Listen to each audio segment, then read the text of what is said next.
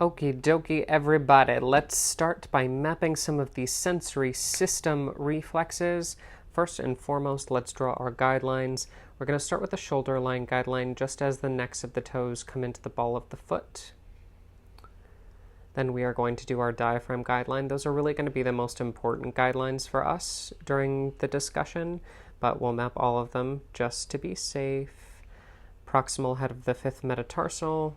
Draw all the way across, proximal edge of the cuboid notch, or start of the heel for the pelvic line guideline, just drawing that all the way across. Okay, so the sensory system, we really want to focus on horizontal zone 1, vertical zone 1 as well, and sum of 2. So let me divide horizontal zone 1 into the neck and head, which is really important, especially for getting into the facial reflexes, because taste, sight, hearing, as well as sight, taste, hearing, and smell are all in the face, because we have the organs right there. Touch, we can get into the hands with horizontal zone 2, as well as the spinal reflexes, but we really want to focus on the face. So let's map those facial reflexes onto the feet.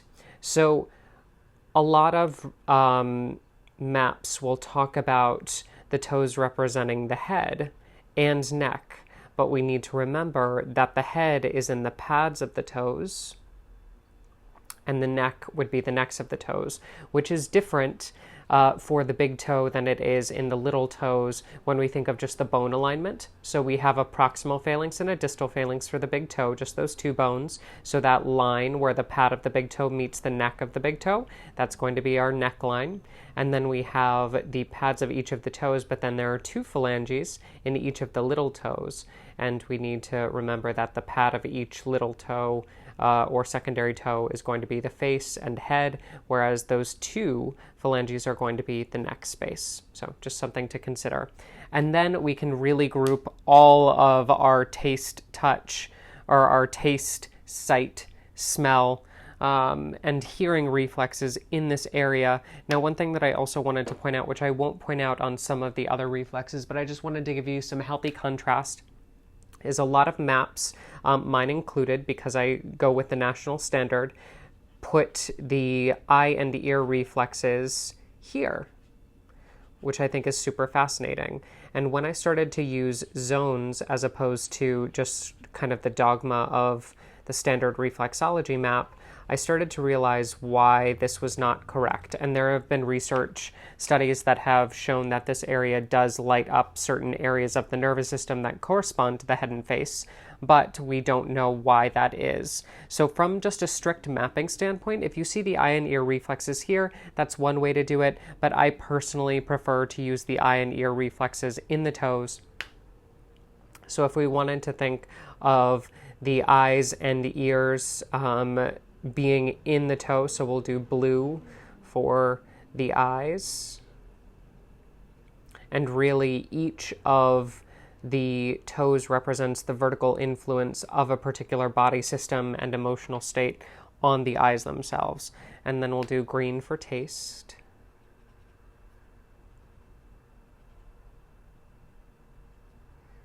But they're really all stacked on top of each other. Like when you look at a map of the inner ear is so close to the eyes. And then we'll do hearing. Just all stacked on top of each other. Some people will even delineate specific toes for the eyes and ears. So again, classically, not going to draw this on each of the maps, but if you wanted to even think of, since the eyes are more medially, they would be the second and third toe, and the ears would be more lateral, and so they would be the fourth and fifth toe. So eyes and ears. Just something to think about. Let's see, so we did sight, we did taste, we did hearing, and now let's do smell, and we'll do red for smell. So just all the colors, nice and pretty. Makes your binder pretty if you're keeping these to, use as your own personal map. Okay.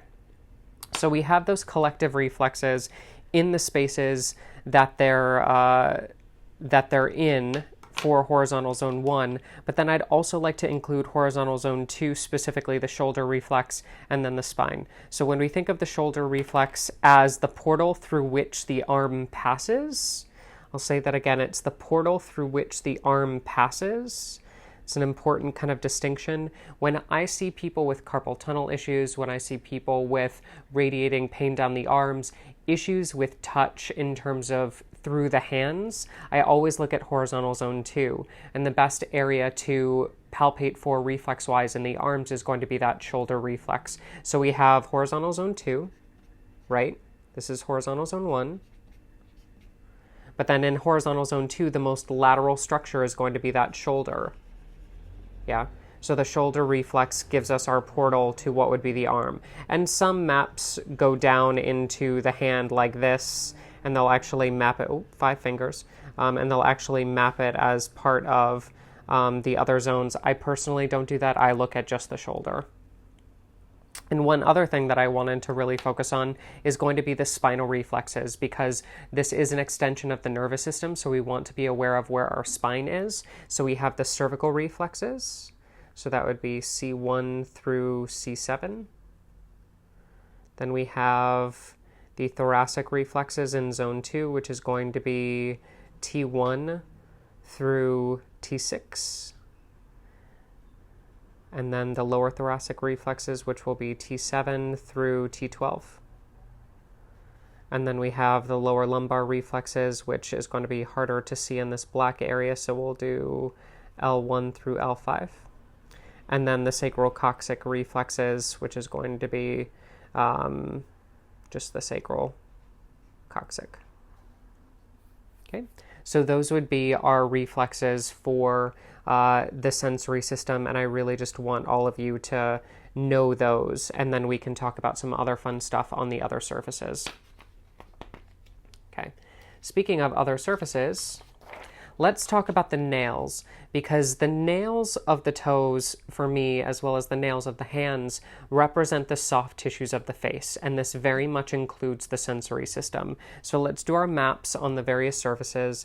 Horizontal zone 1 with the shoulder line guideline, horizontal zone 2 with the diaphragm, then proximal head waistline, proximal head waistline. Can't really see it too well from the back, but we have our pelvic line, waistline, diaphragm line, shoulder line. Oop, and there goes my phone. Pelvic line, waistline, diaphragm line, shoulder line. Okay. Now, when we look at the head, again, the head as separate from the neck, you can even see it on that one really specifically, that second toe on the right and left, how it bends at that distal phalanx. It's really nice. Okay, we just want to be aware that that soft tissue space of the toes, we'll just do it on the big toes for now, because that would be a lot of drawing. Okay, but we have all of the sensory system within each of these nails. And that's really true when you see the nails start to go fungal, when you see them start to go jaded or callous, when you start to see them split, when you also see them stubbed or injured in any way, anything to do with the toes, but especially the nails of the toes, really indicates a compromised soft tissue state in the face, and we want to be super aware of that.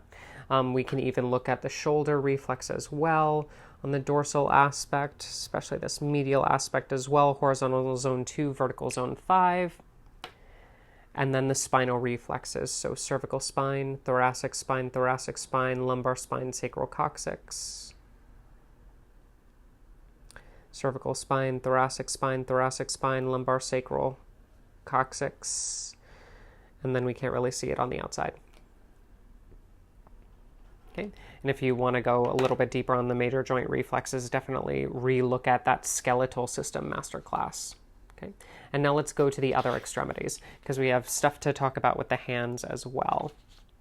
Okay, so when it comes to the hands, let's draw our zones one more time. We have zone 1, formulated by the shoulder line. Zone 2, right below the bunion of the hand, on the palmar surface of the knuckles, and then proximal head of the fifth metacarpal, and then in between the first and second row of carpals for the pelvic line. Okay, so in the head space, again, we have all of our lovely sensory system reflexes, just making sure that we understand that the thumb as well as all the other pads represent all of those soft tissues of the face. When we think of the pads of the fingers, whether or not a finger has feeling or not, whether or not it's been compromised. I know several people who have had fingers cut, slightly amputated, put back on. Like, it can be really interesting to think of when we think of the fingers, because so much happens, like the little paper cuts. But then the big things, like, do you continually jam one finger in that door all the time? Gotta go back and do some blue. Okay. All of that can be really significant because it means that you're repeatedly damaging the soft tissues of that headspace, that hearing, taste, sight, smell aspect. And then touch is really everywhere. So it's not in the hands specifically, because they are very much what we use to touch on a daily basis. But we can think about them as, really touch exists wherever the sensory ability to touch exists, which when we think of external, internal receptors, our ability to feel our external environment and our internal environment, we can really kind of drill back into that. Let's do shoulder reflex as well. Shoulder reflex, again, when we think of hands in this view, we're going medially, but remember anatomical position. So if we were to follow the feet, the hands would look like this, with the big toes being the thumbs. But since we're in anatomical position, we're rotating out. So that shoulder reflex is medial, technically, but it's in line with that most lateral fifth vertical zone in horizontal zone 2. And we have the spinal reflexes. We'll do, we'll label these as well. So in line with the thumb, C1 to C7, T1 to T6, T7 to T12, running out of space, L1 to L5, and then SC. Same thing over here, starting at that neck and going all the way down. So anybody who has issues with that area of the hand, we really want to be aware of the nervous system and sensory system implications of that as well. Always fascinating. Cool. Good stuff. Alrighty, that's not the dorsal aspect of the hands. This is the dorsal aspect of the hands. Yay! Fooled ya. My papers were playing tricks on me. Okay, so just look at the dorsal aspect because we do need to respect the nails as well. Drawing a little bit of our guidelines. And you see how the guidelines especially, you start to whip them out pretty quick when you draw them over and over and over.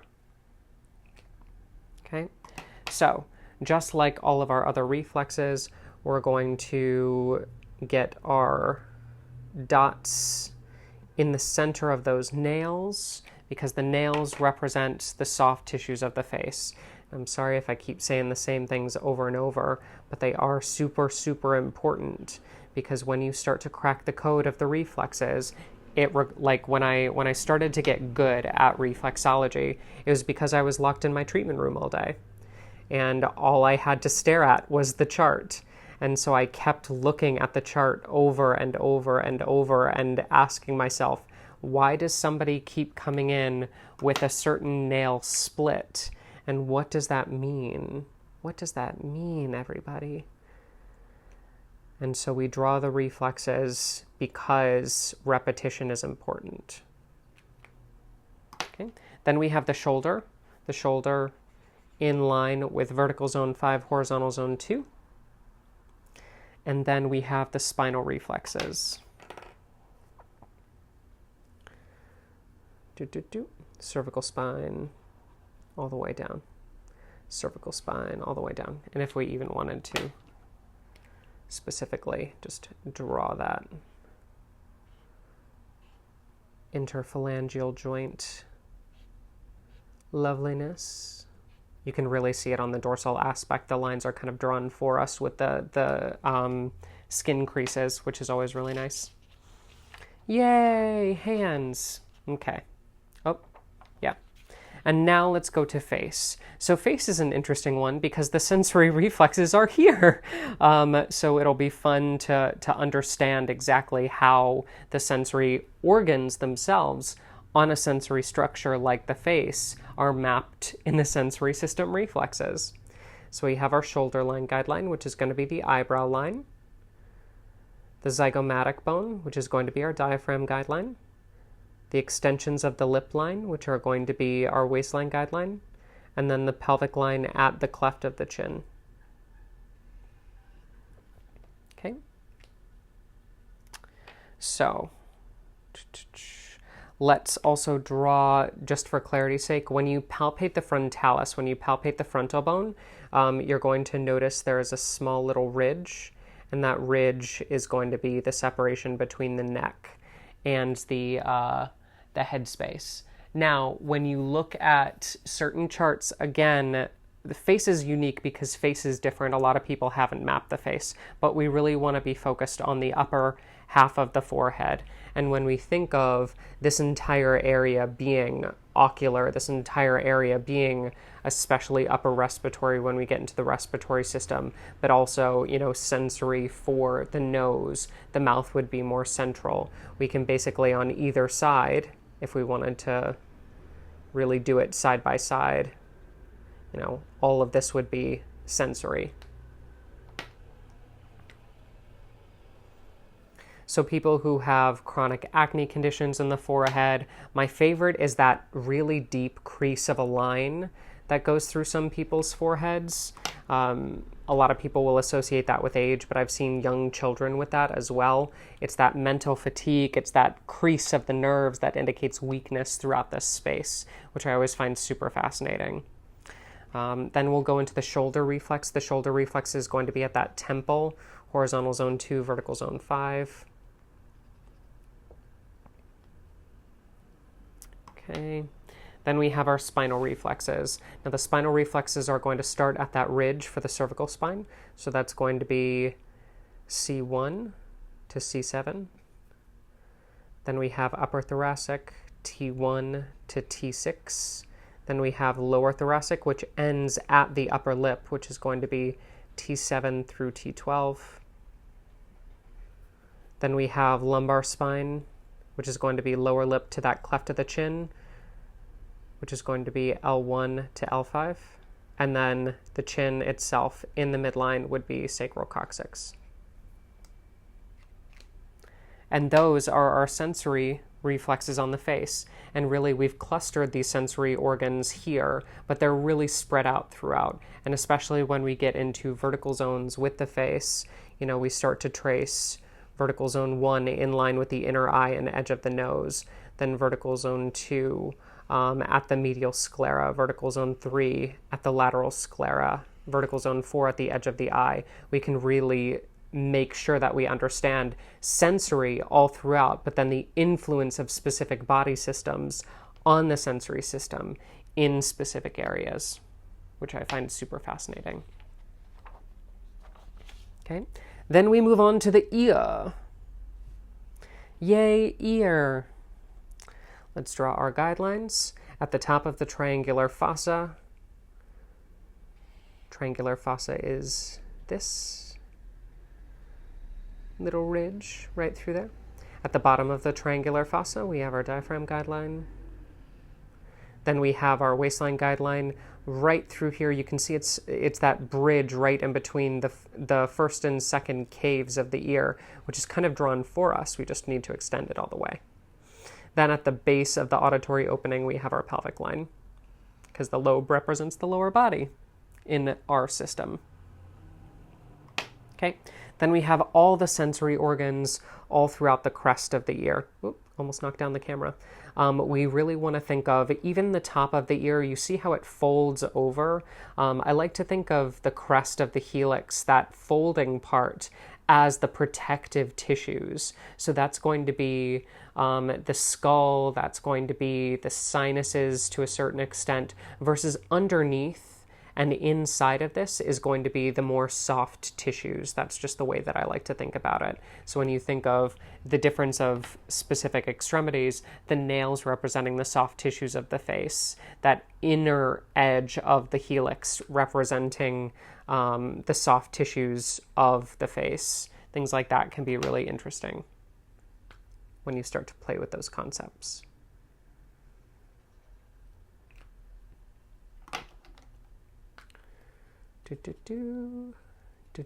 All of our sensory.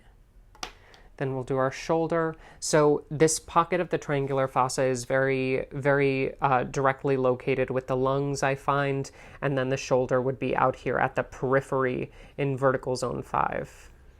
If we were to look at the traditional Chinese medicine auricular therapy version, this would be very low back space. And how many clients have we seen who have come in with lower back issues and shoulder issues? So really the map doesn't necessarily matter. What matters is your attention to the detail. Is there congestion in that space or not, regardless of what you want to call it?